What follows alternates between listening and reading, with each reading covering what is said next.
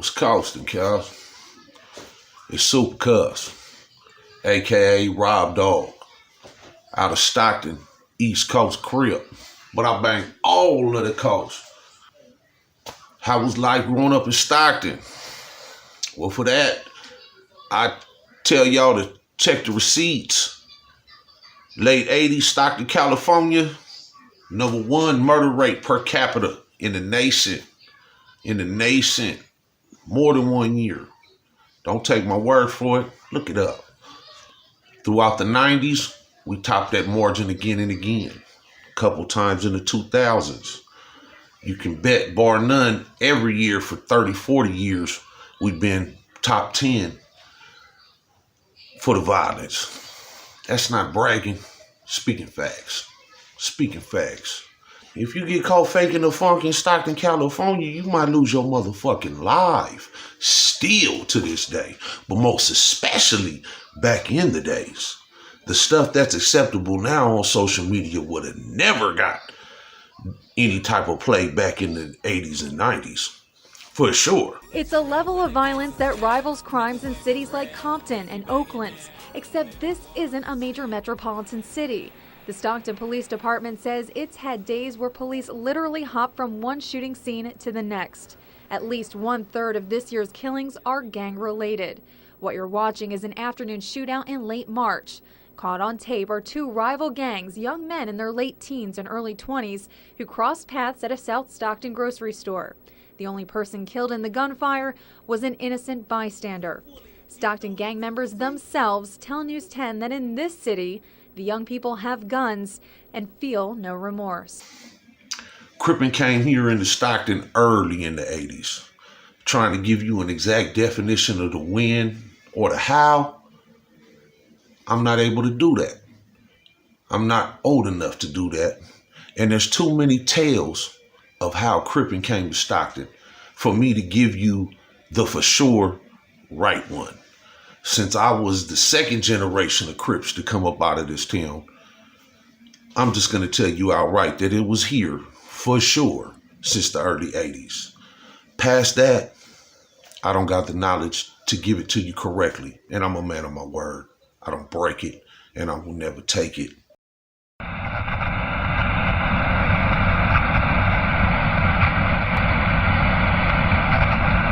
LA homies roll their eyes at Cripping out the side of LA. Abso-fucking-lutely. In prison, I watched a lot of homies from different places other than LA that was Crips, get a judgmental look from a lot of homies from LA. A lot of them felt a certain kind of way about that. As for myself, the way I seen it is they just got a real tough guy attitude because that's how they was brung up and raised. Myself in Stockton and being of a pale persuasion in probably the most scandalous hood from Stockton, California on the east side, I could tell you outright I had to deal with that anyway. So it wasn't nothing new to me. And I took to it like a motherfucking shark in water. So I never really got that. Homies didn't really give me that because I was quick to want the issue, the problem everywhere I was at. In all the prisons I was at. If you was bringing any kind of funk my way, direction, funny stares, any of that shit, cause I was right at you about that. Whatever you wanted to do, we could do it. Right then, right there. And ask thousands of homies that done did time with me in the 6 prisons that I did time throughout the 90s. Now, what I did find is homies from LA will respect a Crip from anywhere if they are legitimate in their cause. If they walk that walk and they're not the scary type. If they draw their motherfucking line in they sand, the line in the sand and stand like a motherfucking man 10 toes down, I ain't seen a problem. That's how I go with everybody. At first with the C's, but now with everybody. That's how it is. Real men are needed now more today than ever before. With all this fuckery that they have out in the world today. Real men are really needed.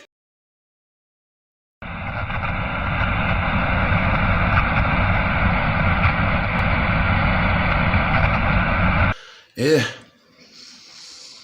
You know, as far as motherfuckers like me, I don't know a lot that I would even associate in that realm because they might be in that life and my complexion cuz, but to say that they're like me, I can't really do that. I could vouch for a couple, Tony T from Pomona Mafia, Big Ran, the homie from EC 1200 Block, the homie Wack from Dago. There are a few others, but now I'm speaking on personally that I know that walk this walk, and that I know kept it 100. Me, I got a notorious reputation for these knuckles, these pistols, and these blades. Some tend to hate that. Matters not to me, because I spent my life proving my tough guy. My life. I ain't no longer proving nothing. I'm enjoying myself. See, after a certain amount of time, you got to overstand where you stand. And the things that was important to me before are secondary to me now. Yes, I'm the only pale-skinned individual banging that shit from East Stockton back then. Nowadays, there's all kind of denominations as far as complexions, cultures, and stuff in East Stockton, and I'm pretty sure there's a couple more of my complexion out there, the youngsters floating around banging that EC. 100% sure? No, but I'm pretty fucking sure. I know it's a gang of essays now from the hood, and much respect due. If you're banging it and you're putting it down, and you know, the color complexion ain't never been what it's about. It's the energy you possess, the things you do, the warrior in you that make the difference.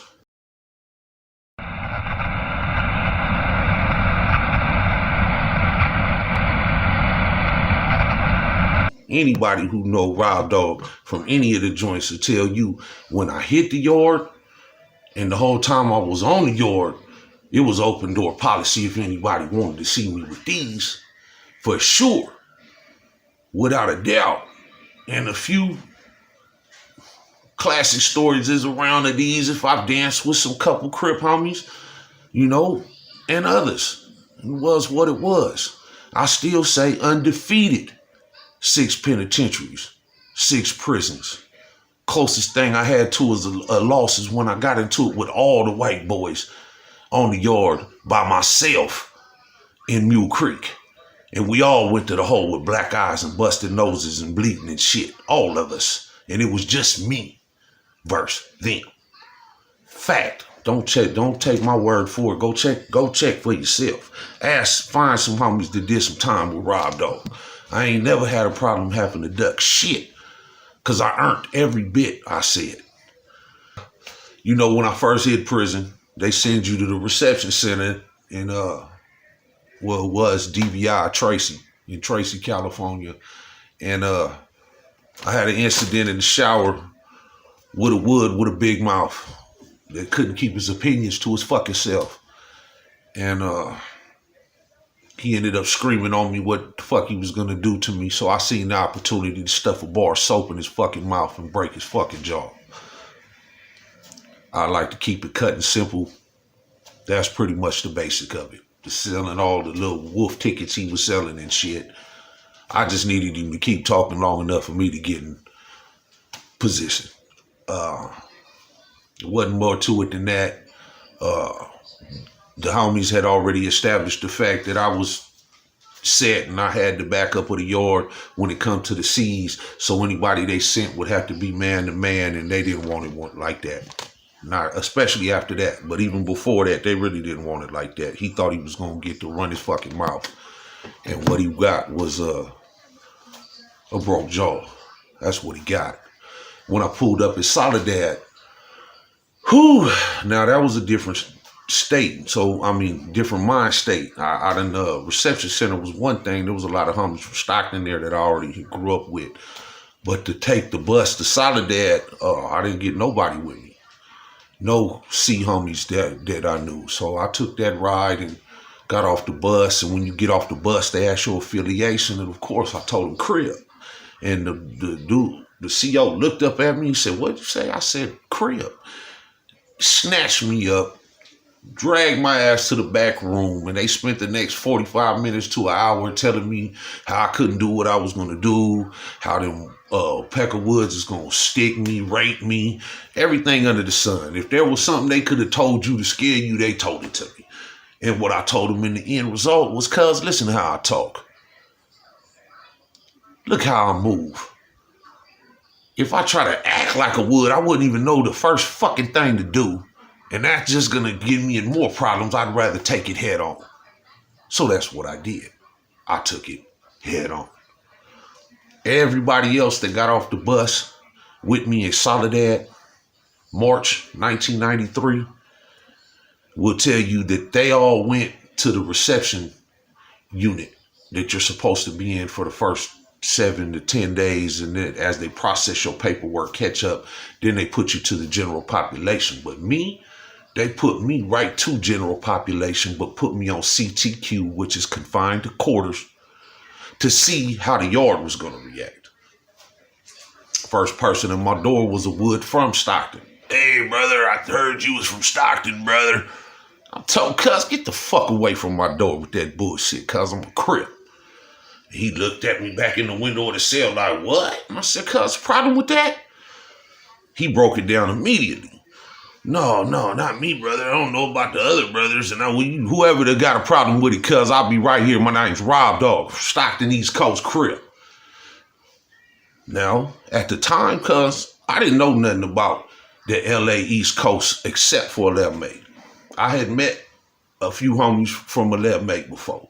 I had no idea the East Coast was the East Coast like it is. First Street, all the way to 1200 block up to Stockton, the SOSs, all points in between, neighborhoods, block. I learned all that and my real history of all that there at Solidad.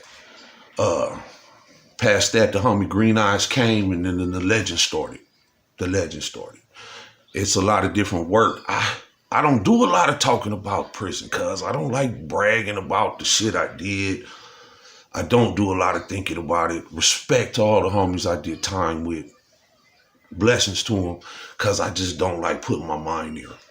I've become Supa Cuzz instead of Robb Dogg because Robb Dogg couldn't let shit go, cuz. Robb Dogg couldn't elevate. I had to become something different in my mind. I had to become something different in order to let shit go so I could elevate. So my entrepreneur can grow. So I could be a father to my children. Supa Cuzz might sound like the gangbanging problem. Supa Cuzz is the elevation. Robb Dogg. Robb Dogg was a problem.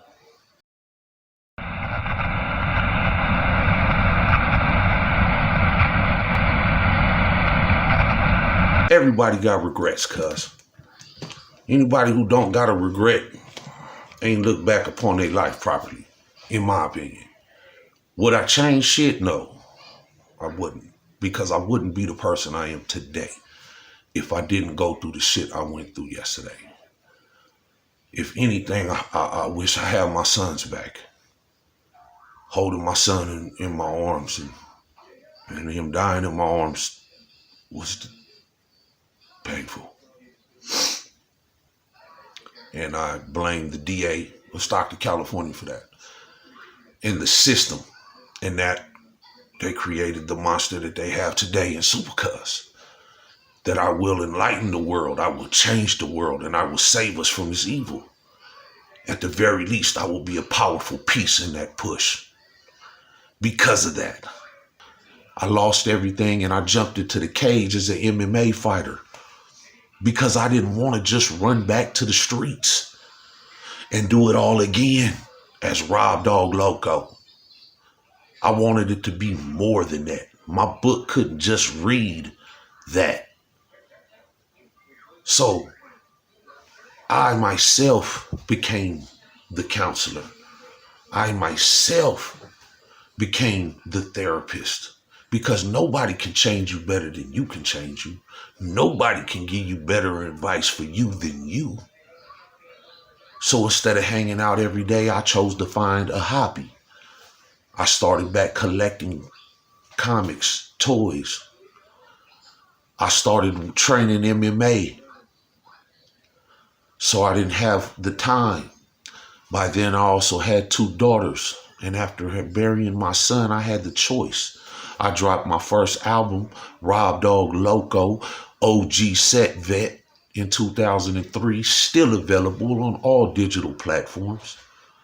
And I could have chased the dreams. I had several offers. I had a couple to move to LA.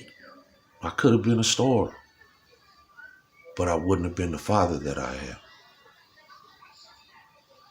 And after burying my son and holding my daughter, it changed me. The man who was the eternal outlaw that I've hung with gangbangers and bikers and outlaws my whole life, never ever thought I'd be a father. But it changed me. A daughter will change a man. And then I had 2 daughters. And I had to look myself in the face. Was I willing to go on tour and leave these little girls? And the answer is no, I wasn't. I was not. For a daughter without a daddy will grow up to look for a daddy. True Max and players understand what I just said. Squares might not. I don't regret my decision. I love my daughters dearly. And now I have even more daughters. I had one more son and he didn't make it. And to be honest with you guys, I blame myself for that. A life of violence and mayhem does bring repercussions.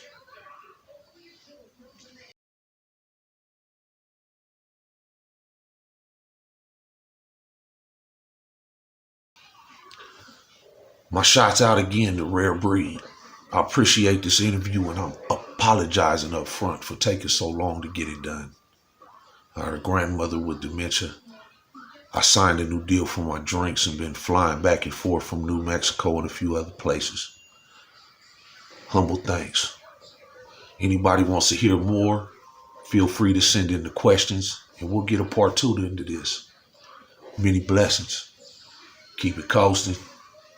Much love and respect.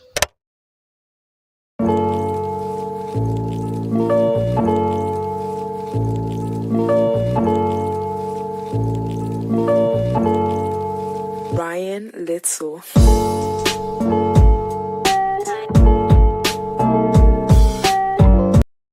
Rare Breed unfortunately doesn't make any money off these videos. Any and every tip is appreciated. Thank you.